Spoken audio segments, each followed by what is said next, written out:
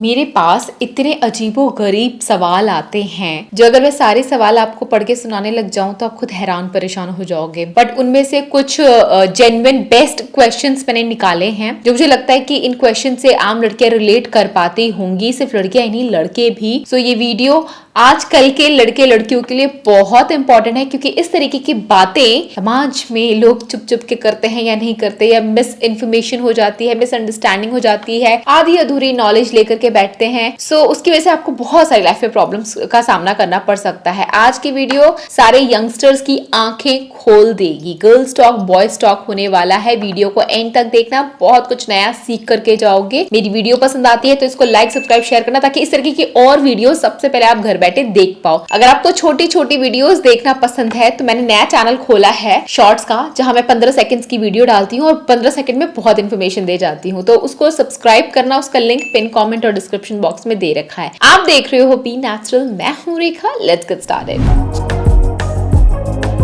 तो मेरे mail box में पहला सवाल ये था कि एक लड़की है जिसका नाम मैं रिवील नहीं करूंगी, लेकिन उन्होंने बोला है कि वो जब भी इंटीमेट होती थी वो आईपीएल खा लेती थी, क्योंकि वो प्रेगनेंसी नहीं चाहती थी। प्रेगनेंसी से बचने के लिए आईपीएल उन्होंने एक नहीं दो नहीं बल्कि एक साल में 60 बार खाया है। और उन्होंने जब मेरी वीडियो देखा तो उनको पता चला कि आईपीएल इतना नहीं खाना चाहिए, तो अब वो क्या करे, क्या ये हार्मफुल था, उनकी हेल्थ इफेक्ट होगी, वो बहुत परेशान है। सो इसका सीधा सा जवाब मैं देना चाहूंगी। आईपीएल साल में एक बार खा सकते हो, वैसे तो अवॉइड करो, लेकिन साल में 60 बार आईपीएल खाने का मतलब आप समझते हो? बार बार आप इंटीमेट हो रहे हो और आईपीएल खा रहे हो। आप सीधे ही कॉन्डोम यूज कर लो ना, कि आईपीएल खाने की जरूरत ही ना पड़े आपको, या फिर अपने गायनेकोलॉजिस्ट से कंसल्ट करके प्रिस्क्राइब्ड मेडिसिन होती हैं वो आप ले सकते हो। आईपीएल ऐसे कोई चना नहीं है कि जब भूख लगी आपने चबा लिया सेक्स करने के बाद। बहुत घातक परिणाम निकल सकते हैं इसके। अगर आपने सच में 60 आईपीएल्स खाया है, आपका रिप्रोडक्टिव सिस्टम पूरी तरीके से उथल पुथल हो जाएगा, हार्मोन्स इधर उधर हो जाएंगे, आपके पीरियड्स टाइम पे नहीं आएंगे, आएंगे तो जाएंगे नहीं, जाएंगे तो आएंगे नहीं, आपका बेबी होने में बहुत ज्यादा प्रॉब्लम होगा। कल को अगर आप कंसीव करना चाहोगे तो वो भी नहीं हो पाएगा, इनफर्टिलिटी हो सकती है, आपको nausea, dizziness, headache, body pain, बहुत सारी प्रॉब्लम्स हो सकती है। आई एम श्योर ये प्रॉब्लम्स आपको हो रही होंगी अगर आपने इतनी मेडिसिन ली है तो। उनको नहीं पता था, उनसे ये गलती हो गई। आप प्लीज अपनी गायनेकोलॉजिस्ट को विजिट कीजिए, उनको अपनी प्रॉब्लम बताइए, आपने जो किया वो बहुत गलत किया है अपने साथ। आप उनसे शेयर करेंगे तो वो आपको कुछ ना कुछ ट्रीटमेंट जरूर बताएंगे। लेकिन अब जो आने वाले यंगस्टर्स हैं वो गलती से सोच रहे हैं कि हम सेक्स कर लेंगे, प्रेग्नेंट नहीं होना चाहते तो हम ये आईपीएल खा लेंगे, या 72 पिल आती है जो 72 घंटे वाली, या कोई भी तरीके की पिल्स जो होती है ना, बिना गायनेकोलॉजिस्ट को कंसल्ट किए आपको नहीं लेना होता है। ये आपके शरीर के लिए बहुत घातक हो सकती हैं। आप सेक्स 2 मिनट के एंजॉय के लिए कर लेते हो और दवाई खा के बचना चाहते हो प्रेगनेंसी से, तो आप सोच लो कि आपका आने वाला फ्यूचर खतरे में है। ये बातें बताओ, आपको कौन समझाता, कौन बताता, किससे आप पूछने जाते हैं? ऐसे बहुत सारे सवाल लड़कियों के और लड़कों के मन में रह जाते हैं जो डिस्कस ही नहीं कर पाते हैं। और दोस्तों को तो पता ही नहीं होता, वो तो कहती है अरे खा ले आईपीएल, मैं भी खाती हूँ तू भी खा ले। दोस्त तो रेकमेंड कर ही देते हैं, पर आपके दोस्त भी तो आप ही की एज के हैं, उनको तो कुछ पता ही नहीं होता है। सो प्लीज मत खाओ। विंटर्स में अगर आपकी स्किन डल, ड्राई, डैमेज्ड हो गई है तो पर्पल पे चल रहा है up to 50% off winter skin care sale चल रहा है। तो ऐसे में आप ये argan with 24 carat gold facial oil try कर सकते हैं। ये देख रहे हो छोटे छोटे जो गोल्डन पार्टिकल्स दिख रहे हैं, बहुत ही मस्त वाले गोल्डन पार्टिकल्स हैं, जो आपकी डल, फ्लेकी और जो स्किन में रफनेस, ड्राइनेस आ जाती है ना, उसको ठीक करता है। साइंस ऑफ एजिंग को ठीक करता है, हर स्किन टाइप को सूट करता है। उसके अंदर गोल्ड के फ्लेक्स हैं और इसके बेनिफिट्स ये है कि ये आपके स्किन में एंटीऑक्सीडेंट प्रोवाइड करता है, मेंटेन करता है इलास्टिसिटी को, नरिश करता है और स्किन में रेडियंस बढ़ाता है। फेस वॉश करने के बाद सिर्फ ये एज अ मॉइस्चराइजर लगा लेते हो तो बहुत अच्छा काम करता है। फेस की बात कर ली, थोड़ा बॉडी की भी बात कर लेते हैं। बॉडी पे अगर आप बॉडी लोशन लगाते हो विंटर्स में तो ठीक है, लेकिन अगर आप बॉडी बटर लगाते हो ना तो वो आपके स्किन को एक्स्ट्रा मॉइस्चराइजेशन प्रोवाइड करता है। और ये चेरी ब्लॉसम मेरा फेवरेट है, बहुत अच्छी फ्रेग्रेंस आती है। अगर आपकी बहुत ज़्यादा ड्राई और डैमेज्ड और डल स्किन है तो आपको ये अपनी बॉडी पे ज़रूर लगाना चाहिए। ये भी सारी स्किन टाइप को सूट कर जाता है, क्रॉयल्टी फ्री है और बहुत ही अच्छी खुशबू आती है। इसके अंदर एप्पल, कैरेट ऑयल, ब्लॉसम और भी बहुत अच्छी गुडनेस है। हाइड्रेट करता है, एकदम लाइट वेटेड है, नॉन ग्रीजी है, सॉफ्ट है स्किन के ऊपर। और अगर आपको कॉफ़ी की स्मेल बहुत अच्छी लगती है तो आप ये कॉफ़ी वाला बॉडी बटर गुड वाइब्स का ट्राई कर सकते हैं। सबका लिंक वीडियो के नीचे डिस्क्रिप्शन बॉक्स में दे रखा है। इन सब पे आपको काफ़ी अच्छे winter skin care sale offer मिल जाएगा, आप जरूर ट्राई करना। और अगर आप कूपन कोड यूज़ करते हो PRNY तो एक्स्ट्रा 15% ऑफ आपको मिलता है। और ये कॉफ़ी वाला स्पेशली जिन लोगों को कॉफ़ी पसंद है ना, एकदम कॉफ़ी जैसी खुशबू आती है आपके तन बदन से, तो ये ज़रूर ट्राई करना। नेक्स्ट क्वेश्चन मुझसे पूछा है कि क्या अनमैरिड लड़कियां अबॉर्शंस करा सकती हैं, क्या ये लीगल है या इलीगल है। यार वैसे अबॉर्शन की नौबत ना आ पाए इसीलिए आप प्रोटेक्शन यूज करो। अबॉर्शन कराना हर लड़की के लिए डिफरेंट है। अगर आप 18 साल से कम उम्र के हो तो रिटर्न में आपके गार्जियन का कंसेंट चाहिए होता है अबॉर्शन के लिए। अगर आप 18 साल की ज्यादा उम्र के हो तो आप अपना पर्सनल रिटर्न कंसेंट दे करके अबॉर्शन करा सकते हो, लेकिन 20 हफ्ते से पहले, 20 हफ्ते के बाद की प्रेगनेंसी में आप अबॉर्शन नहीं करा सकते। और अगर आप जेंडर बेसिस पे अबॉर्शन कराना चाहते हो, जेंडर पता लगा करके, तो ये इलीगल है, क्राइम है और आपको जेल भी हो सकती है। और अगर किसी भी विमेन को या लड़की को कोई जबरदस्ती दबाव बनाता है अबॉर्शन के लिए तो वो भी इलीगल है, उस इंसान को भी 10 साल तक की जेल हो सकती है। सो ये तो जनरल नॉलेज की बात थी, हर किसी को अवेयरनेस इसके बारे में नहीं होती है। अगर आपको नहीं है तो आपको पता होना चाहिए, लेकिन मैं फिर भी बोलूंगी प्लीज ऐसी कोई चीज मत करो कि आपको अबॉर्शन कराना पड़े, क्योंकि अबॉर्शन सही नहीं होता है। आगे चल के फ्यूचर में आपको प्रॉब्लम हो सकती है, तो try to avoid and use protection. Next question है कि अगर इजैकुलेशन वजाना के बाहर होता है तो क्या प्रेगनेंसी के चांसेस होते हैं। मैं अपनी कई वीडियोस में बता चुकी हूँ कि जब तक विमेन का एग और मेन का स्पर्म आपस में कांटेक्ट में नहीं आते तब तक प्रेगनेंसी कंसीव नहीं होती है, फर्टिलाइजेशन नहीं होता। और इस प्रोसेस के होने के लिए ये जरूरी है कि इजैकुलेशन वजाइना के अंदर या वल्वा के भी अगर आसपास होता है तो थोड़े बहुत चांसेस हो सकते हैं। लेकिन अगर इजैकुलेशन बाहर कहीं हुआ है, मतलब मेल में तो लिटरली लिखा था कि थाई के ऊपर इजैकुलेशन हो गया तो क्या मैं प्रेग्नेंट हो सकती हूँ, तो नहीं, आप नहीं हो सकते हो। थाई बहुत दूर है आपकी वजाना के। आपको बस ये ध्यान रखना है कि अंदर नहीं कुछ भी इजैकुलेट होना चाहिए। और बहुत सारे लोग पुल आउट मेथड भी यूज करते हैं, तो वो भी आपका 100% सेफ नहीं होता है। कहीं भी बाहर इजैकुलेशन हो तो आप प्रेग्नेंट नहीं हो सकते हैं।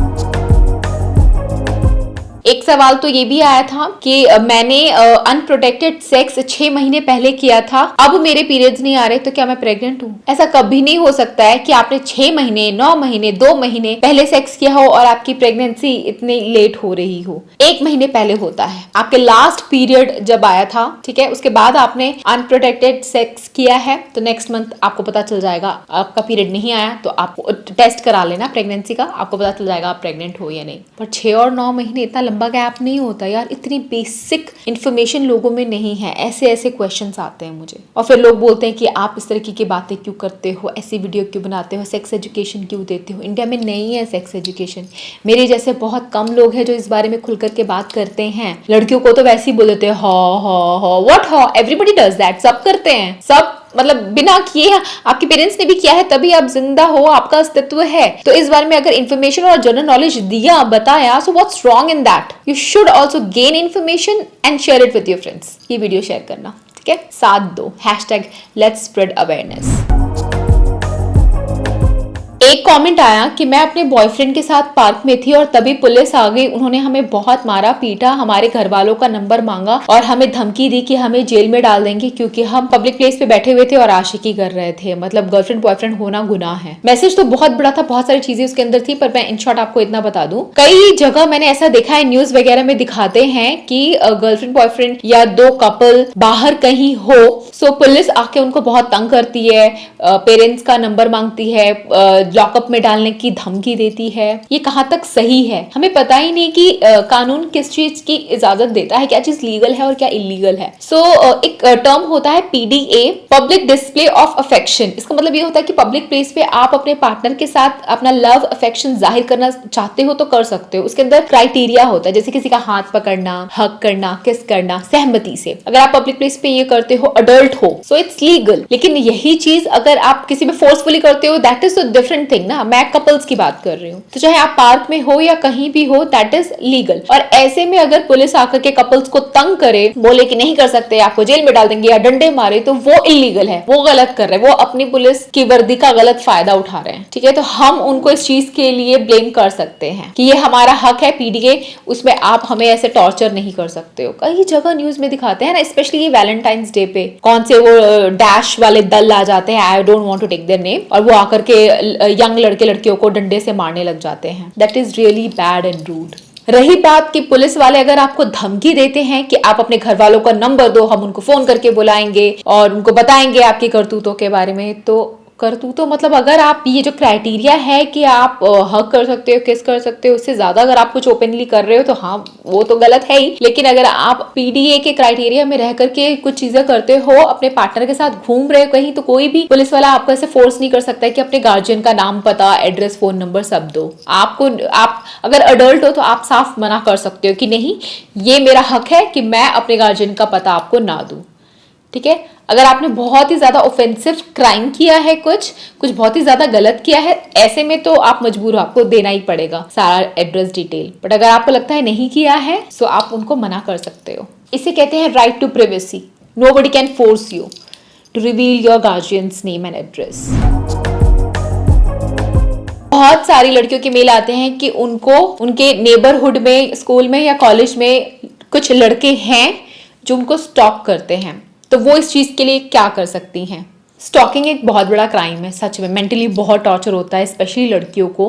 कोई बार बार आपको फॉलो करे, कहाँ जा रहे हो, क्या कर रहे हो, नज़र बनाए रखे, कितना बुरा लगता है, कितना दम घुटता है। हर लड़की में इतने गट्स नहीं होते हैं कि जा करके वो FIR दर्ज करा दे, पुलिस कंप्लेन करे। लेकिन आपको डरना नहीं चाहिए, आपको डायरेक्टली कंप्लेन करना चाहिए और पुलिस उस इंसान के अगेंस्ट वारंट निकालेगी और वो आपसे दूर रहेगा। थोड़ा सा डरा करके रखना जरूरी है। अगर स्टॉकर को कुछ नहीं बोलोगे, इग्नोर करोगे, आप तो इग्नोर कर रहे हो पर स्टॉकर आपको इग्नोर नहीं कर रहा है, वो आपको परेशान, मेंटल टॉर्चर और एक दिन पता नहीं किस तरीके का अटैक, किडनैप, कुछ भी कर ले। सो अपना ध्यान खुद ही रखो यहाँ पे।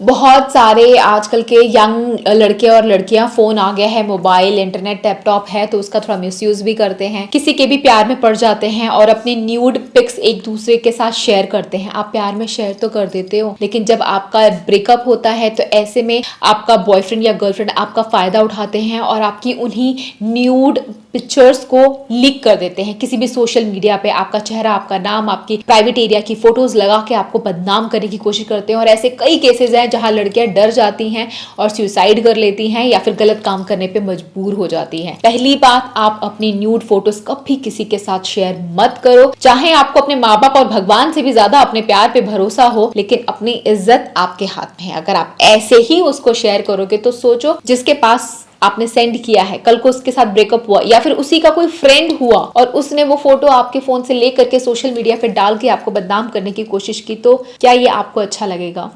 तो कुछ भी करने से पहले 2 बार सोच लिया करो। बाय द वे, अगर ऐसा कोई करता भी है तो ये इलीगल है, क्राइम है, और ऐसा करने पे अगर आप कंप्लेन करते हो, इतनी हिम्मत रखो कि कंप्लेन कर पाओ। अगर आप कंप्लेन करते हो तो उस इंसान को अच्छे से सजा मिलेगी। ठीक है, तो आप मजबूर मत हो कि हाय राम ये हो गया मेरे साथ, वो हो गया। थोड़ी हिम्मत करो और उसको सलाखों के पीछे भिजवाओ। एक आपके साथ हुआ है, आप चुप रहे तो न जाने कितनों के साथ वो इंसान करेगा। Last but not the least, sex before marriage is legal और इलीगल। सेक्स बिफोर मैरिज के ऊपर मैं बहुत सारी वीडियोस में ऑलरेडी बना चुकी हूँ। देखो, सब लीगल इलीगल छोड़ो, पहले अपनी सोचो भाई, क्या आपको लगता है आप सेफ हो, कंफर्टेबल हो, जिस पे ट्रस्ट कर रहे हो, जिससे प्यार कर रहे हो, वो धोखा नहीं देगा? क्योंकि मैं हर बार कहती हूँ, किसी से प्यार किया, सेक्स किया, उसने अगर धोखा दिया और आपका मिसयूज किया, ब्लैकमेल किया, बदनाम किया, तो आप क्या ही कर लोगे, है ना? और अगर आपको इन सब चीजों से कोई फर्क ही नहीं पड़ता है तो आपकी लाइफ है, आपको जो करना है आप करो। बस ये याद रखो कि अगर आप माइनर हो तो दिस इज अ क्राइम। ठीक है, लड़के को जेल हो सकती है क्योंकि वो रेप ही माना जाता है। और अगर आप अडल्ट हो सो इंडिया में इट्स नॉट इलीगल। अगर आप किसी भी होटल में जाते हो और होटल वाले आपको बोले कि नहीं, कपल को हम एंट्री नहीं देंगे, ये इलीगल है, तो दैट इज रॉन्ग। क्योंकि कोई भी होटल वाला किसी भी लड़का लड़की को अंदर लेने से मना नहीं कर सकता है। अकॉर्डिंग टू द लॉ कोई भी जा सकता है। और अगर होटल वाले मना करते हैं, वो कहीं ना कहीं आपकी फंडामेंटल राइट्स को वायलेट कर रहे होते हैं। देखो, मैंने कोई रॉकेट साइंस की चीजें नहीं बताई, मैंने बहुत बेसिक चीजें बताई जिसके क्वेश्चंस मेरे व्यूअर्स पूछते हैं तो जवाब आपको यहाँ मिल जाता है। ऐसे ढेरों सवाल आपके मन में होंगे और इन ढेरों सवाल के बहुत सारे आंसर्स मैं ऑलरेडी अपनी बहुत सारी वीडियोस में दे चुकी हूँ आंसर्स। तो आप जरूर मेरी वीडियोस देखना, छोटी छोटी वीडियोस देखना है तो मेरा नया चैनल है शॉर्ट्स का, उसको जरूर सब्सक्राइब करना। और मेरा व्लॉग चैनल है मिस्टर एंड मिसेस फ्रेंड्स, अगर मुझे आप और करीब से जानना चाहते हो तो वहां हमारे व्लॉग्स देख सकते हो। आज की वीडियो पसंद आई हो तो ये नॉलेज इन्फॉर्मेशन अपने तक मत रखो, अपने सारे दोस्तों के साथ शेयर करो। मैं आपसे फिर मिलूंगी, तब तक के लिए बाय गाइस।